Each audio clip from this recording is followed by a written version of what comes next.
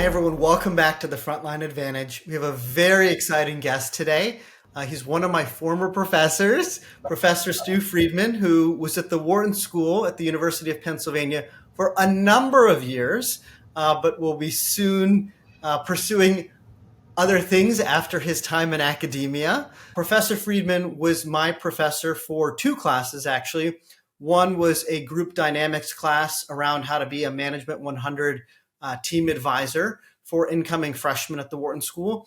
And the other was a class primarily with MBAs and exec MBAs that I was fortunate enough to have the opportunity to take around total leadership or executive leadership, which Professor Stu will be talking about with us today. So ladies and gentlemen, welcome Professor Stu. Great to be here, Vivek. Thanks for having me. We're so excited. Stu, quickly tell us a little bit about total leadership. And the beauty of it, for everyone listening, we're called the Frontline Advantage. This is something that applies to people from the shop floor to the CEO level. So listen up.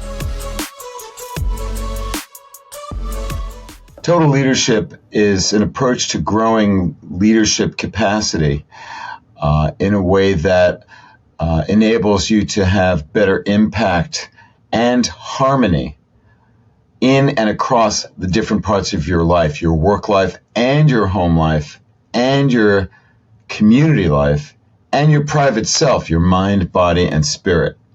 Many years ago, we did extensive research in the field looking at real people and real organizations to discover what does it take for people to find harmony among the different parts of their lives in a way that's good for all of them.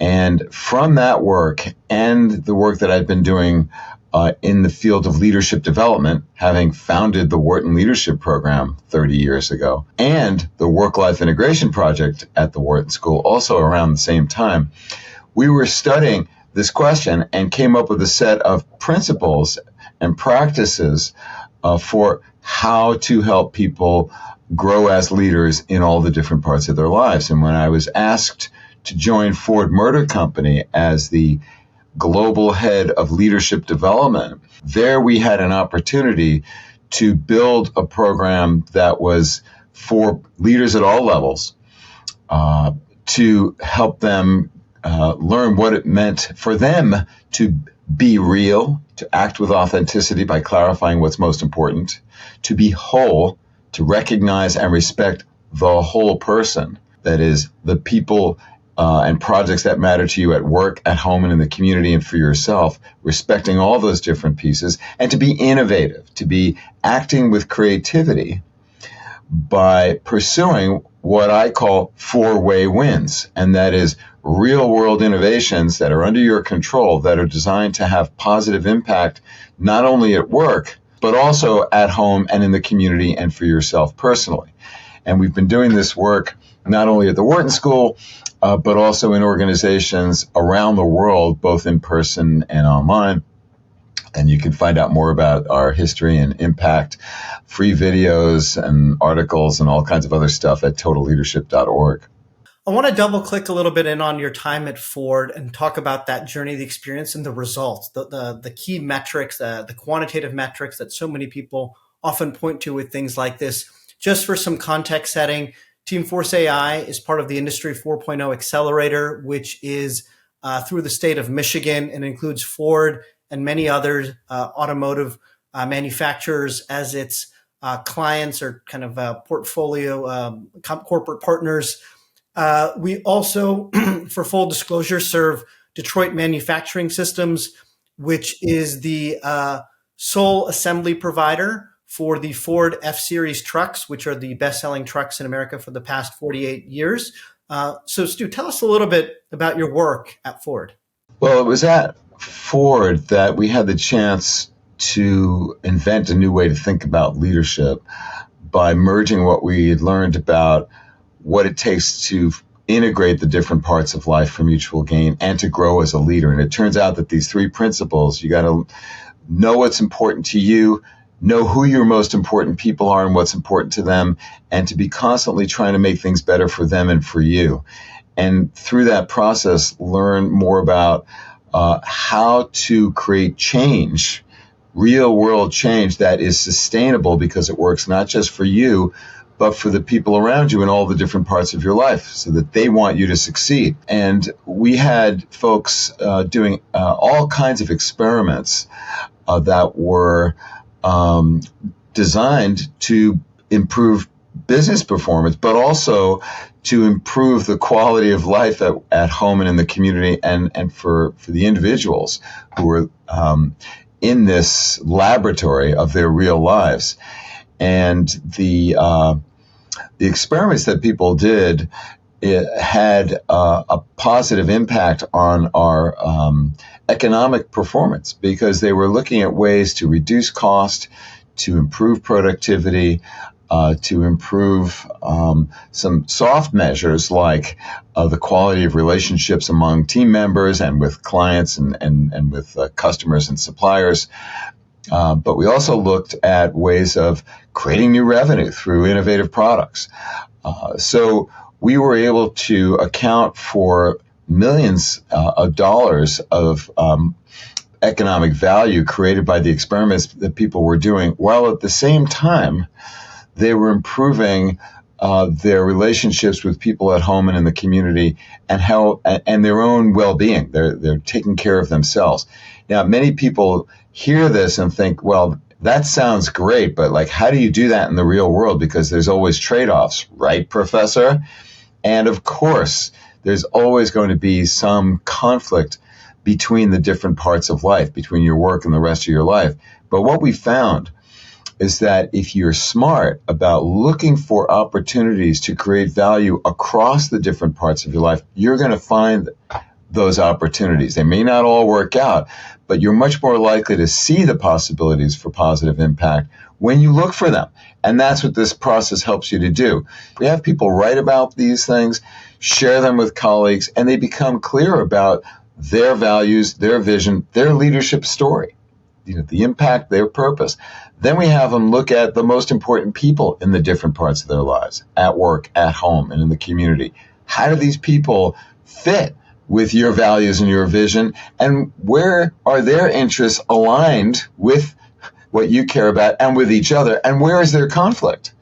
And then talk to those people and become more skilled at speaking to them in ways that allow them to tell you the truth of what they really need from you. Not what you imagine, but the reality, which of course is leadership basics, getting other people to tell you what you really need to hear. And they're a little terrified often of these stakeholder conversations that we encourage them to do. Maybe you remember that, Vivek, because that's the hardest part of it is becoming more candid, open, vulnerable, and powerful as a result with your most important people.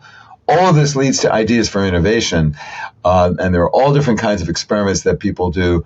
What is most, I think, surprising in a good way for most people is that they realize that they can shift some of their attention away from work and to the other parts of their lives in a way that makes them more successful at work. And that's what our data show. That we have a lot of evidence that shows that when you're smart about shifting your attention to the other parts of your life in a way that reduces distraction and brings greater focus to the things that really matter in the different parts of your life, and to get rid of the wasted effort and attention on the things that don't really matter, you end up using your time more effectively with greater impact. And that's what our evidence shows. Love it. I mean, so many things to pull from there. We will be sharing on YouTube some images from Stu's website on total leadership. I'll just read off the part about Ford here on the benefits. Experiments by participants in this first group produced a combined 5.8 million in cost savings, 700,000 in new revenue, and $500,000 in productivity gains as measured by accounting professionals in their respective departments.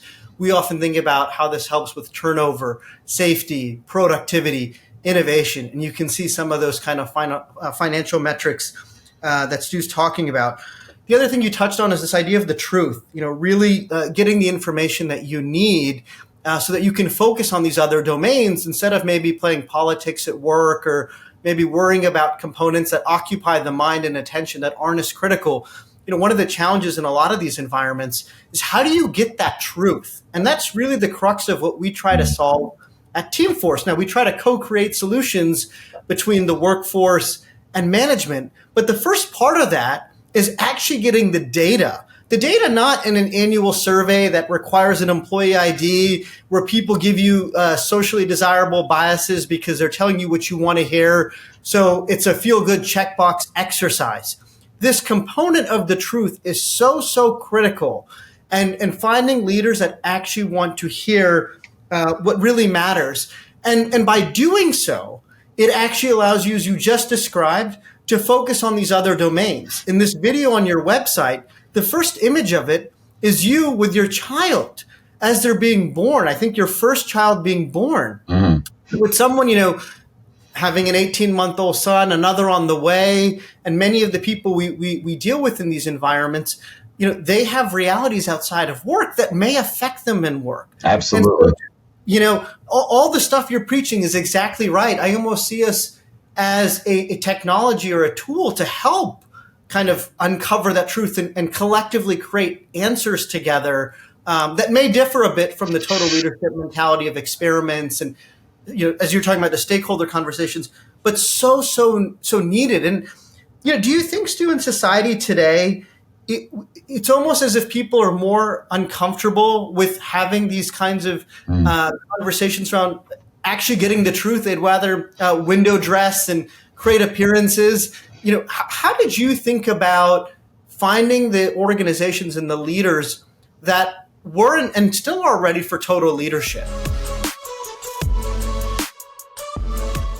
Well, first, let me say that the picture on the website is of my first child, my son, a little bit after the actual birth. So there are no pictures of the actual birth there. I want to clarify that. But yeah. My holding him for the first time when he was born in 1987, that really was a transformative moment and led me to want to pursue new practical knowledge about how people could be good parents and good and productive citizens. But it's extended well beyond that. This is not just about parents. It's about anything and any important aspect of your life beyond work and how you fit it into and with the professional or whatever work or career interests that you've got. And what we're finding 25 years down the road. So this was at Ford 1999, 2000. Lots of changes since then. I think if you talk to folks there, probably not too many would remember that time because there were some tumultuous radical changes in management and culture that have happened in the intervening time. But there are organizations everywhere that are keen to help grow leaders who can really connect with people and build trust and inspire because they demonstrate that they care about making the world better for the people around them.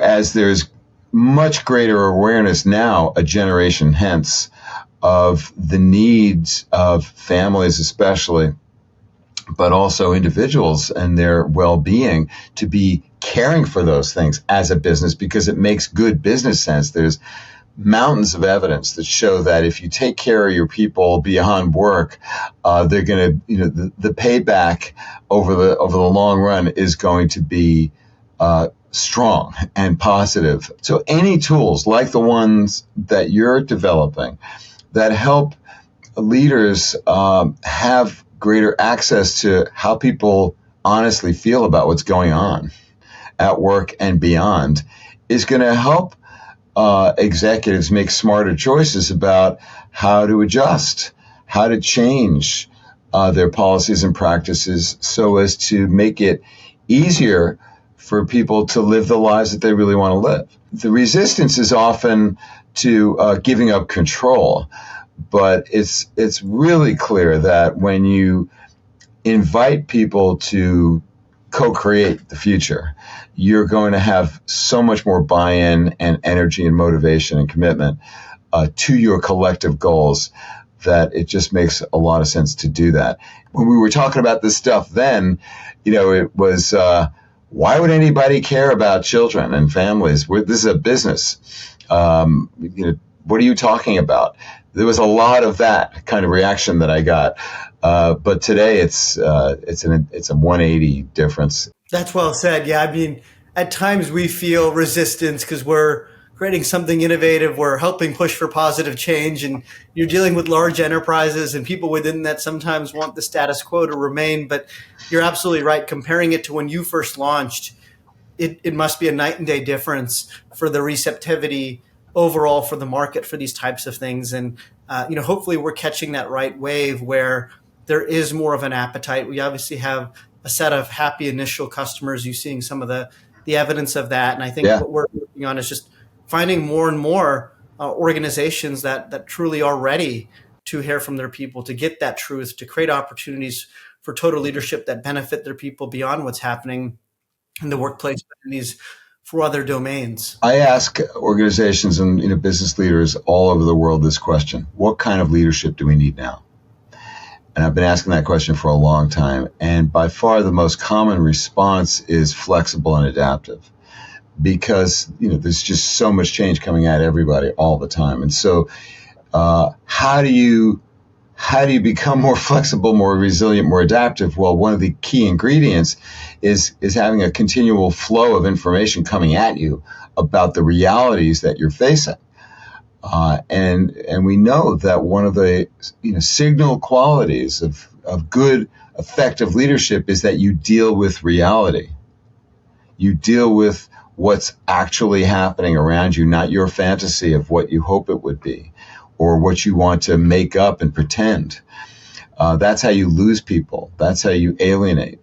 But you gain trust, and you're smarter about the choices you can make to be able to adjust rapidly if you've got good information. And that requires some investment and some courage.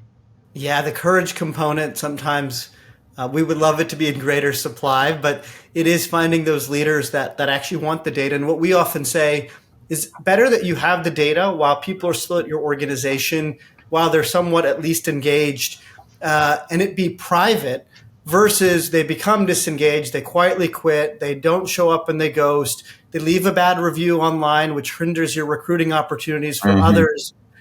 And you just had an opportunity to solve the problem if you had the data and you were willing to act on it. And it's good that there are leaders you've worked with that truly want to get real information. And even in an era, there's a lot of talk around AI and how that's going to change the workplace. We see it as a co-pilot in a way where, you talked about data. We capture a lot of data rather than waiting once a year. You're getting data every day across many different facilities on a variety of topics. And we understand leaders can't sit there and read every comment. But AI its best specialty arguably is being able to synthesize and summarize a lot of data and being able to help identify what are some areas to focus on and even provide some recommendations that ultimately a human being has to act on in the workplace. Stu, what are your thoughts on AI and maybe its effect on the workplace? I'm sort of an idiot when it comes to technology, generally speaking, and it's terrifying and thrilling at the same time to consider.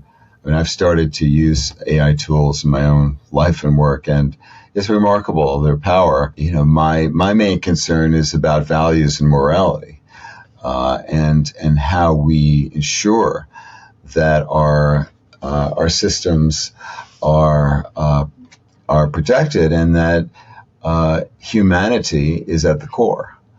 And I think that's a real challenge about which I am not at all expert. But one thing I do know that I want to make sure I share with you before we have to go is something that James Baldwin, the great novelist and civil rights advocate, and truly outstanding American citizen, said, "Not everything that is faced can be changed, but nothing can be changed until it is faced." And I think that gets at the heart, as I see it, of what you're trying to do, and that is to help people at all levels to be able to face what's real, what's actually happening in the world around them. Because unless you have that, you can't make things better. And I think that is an important idea to keep in mind as you go forward with your great work. Thank you so much, Professor. What's next for you now? If you want to just share with our audience, after about 40 years teaching? I've taught my last regular class at Wharton after 40 years, but we still have some executive ed work that we do with through Wharton, but also working with client organizations, and continuing to work with alumni like you and to be mentoring the next generation. But I'm engaged in all kinds of other activities on the political side of things in my community and more broadly. And I'm a grandfather, and my grandchildren are moving around the corner from me from New York City, so that's going to be a big life change. While I also continue to study, learn, read, listen to and play music, tend my garden, and spend time with friends and family. So I'm a very lucky guy at this stage of transition in my life, and really looking forward to the time ahead, even though, it's a challenging world we're in. And, it can be really quite scary these days, but I am hopeful about the next generation and doing what I can to strengthen it. Fantastic. We are honored to have you as part of our community, to have you on the Frontline Advantage. I'm honored to have been a student of your class. So excited for your next phase of your chapter in life. And I'm just thrilled to be able to continue the dialogue with you as we grow Teamforce and help make a positive impact in the world. So thank you, Professor. Well, I love what you're doing and want to support it. So please keep me posted on your progress and let me know how I can help. Fantastic. Will do. Thank you, Professor. Cheers. Thank you.